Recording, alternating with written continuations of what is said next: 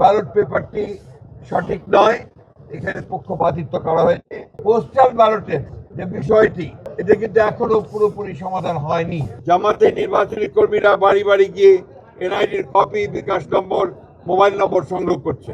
আমরা মনে করি যে নির্বাচন কমিশন অনেকগুলো ক্ষেত্রেই তারা তাদের কার্যকলাপের মধ্য দিয়ে প্রশ্নবিদ্ধ আচরণ করছে। যে বিষয়গুলো আমরা তুলে ধরেছি তার মধ্যে প্রধান যে বিষয়টি ছিল যে আপনারা জানেন যে পোস্টাল ব্যালটের যে বিষয়টি, এটা কিন্তু এখনো পুরোপুরি সমাধান হয়নি। বিশেষ করে বিদেশের যারা নিবন্ধিত ভোটার তাদেরকে ব্যালট পেপার পৌঁছানোর ক্ষেত্রে এবং ব্যালট পেপারটা যেভাবে মুদ্রণ করা হয়েছে সেই ক্ষেত্রে আমাদের অভিযোগ আমরা সেটা তাদের কাছে দিয়ে এসেছি।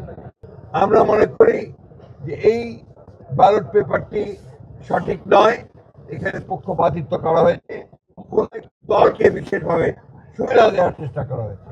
আমরা নির্বাচন কমিশনকে এটাকে পরিবর্তনের জন্য আহ্বান জানি।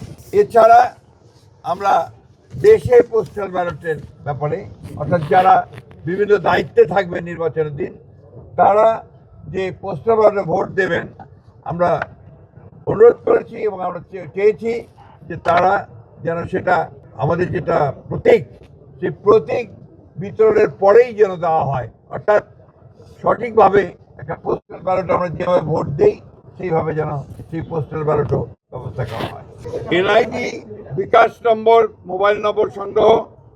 জামাতে নির্বাচনী কর্মীরা বাড়ি বাড়ি গিয়ে এনআইডির কপি, বিকাশ নম্বর, মোবাইল নম্বর সংগ্রহ করছে, যা ব্যক্তিগত গোপনীয়তা ভঙ্গ, ক্রিমিনাল অফেন্স।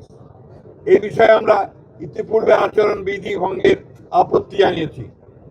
এই বিষয়ে জরুরি পদক্ষেপ গ্রহণ করা বলে আমরা প্রয়োজন বলে আমরা মনে করেছি এবং সেটা তাদের আহ্বান জানিয়েছি। লেভেল প্লেইং ফিল্ডে বাংলাদেশ জাতীয় দল বিএনপি আসন্ন জাতীয় সংসদ নির্বাচনে সুষ্ঠু, অবাধ, অংশগ্রহণমূলক, গ্রহণযোগ্য করার জন্য লেভেল প্লেইং ফিল্ডে বিশ্বাসী।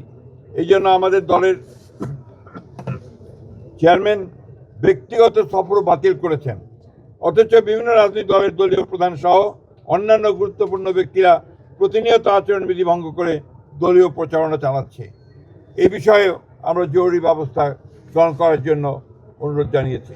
ঢাকা মহানগরী এলাকার বিভিন্ন নির্বাচনী এলাকায় একটি রাজনৈতিক দল তাদের মনোনীত সমর্থিত প্রার্থীদের নির্বাচনে বিজয়ী করার অনৈতিক কূটকৌশল অবলম্বন করে ব্যাপক হারে দেশের ভিন্ন ভিন্ন এলাকা হতে ভোটার এলাকা পরিবর্তন পূর্বক ঢাকা মহানগর এলাকার ভোটার হিসাবে অন্তর্ভুক্ত হয়েছে। মোট কত সংখ্যক ভোটার কোন কোন এলাকা থেকে ঢাকা মহানগরীর কোন কোন এলাকায় সংসদীয় নির্বাচনী এলাকায় কোন কোন তারিখে এবং কি কারণে স্থানান্তর করা হয়েছে, ঘোষিত কারণসমূহ স্থানান্তরিত ভোটারদের বিস্তারিত বিবরণ জরুরি ভিত্তিতে আমাদেরকে সরবরাহ করার জন্য আমরা অনুরোধ করেছি। বিভিন্ন নির্বাচনী এলাকার রিটার্নিং অফিসার, সহকারী রিটার্নিং অফিসার, পুলিশ সুপার, থানার ভারপ্রাপ্ত কর্মকর্তা সহ অন্যান্য কর্মকর্তাবৃন্দ একটি দলের পক্ষে কিছু কিছু ন্যাক্কারজনকভাবে কাজ করছে বলে আমরা অভিযোগ পেয়েছি। সেই বিষয়গুলো আমরা তাদের গোচরীভূত করেছি।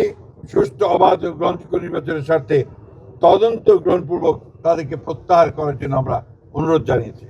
নির্বাচন কমিশনের কতিপয় সিনিয়র কর্মকর্তা সহ কয়েকজনের বিরুদ্ধে আমরা অভিযোগ পেয়েছি যে তারা কোনো একটি নির্দিষ্ট দলের পক্ষে কাজ করছেন।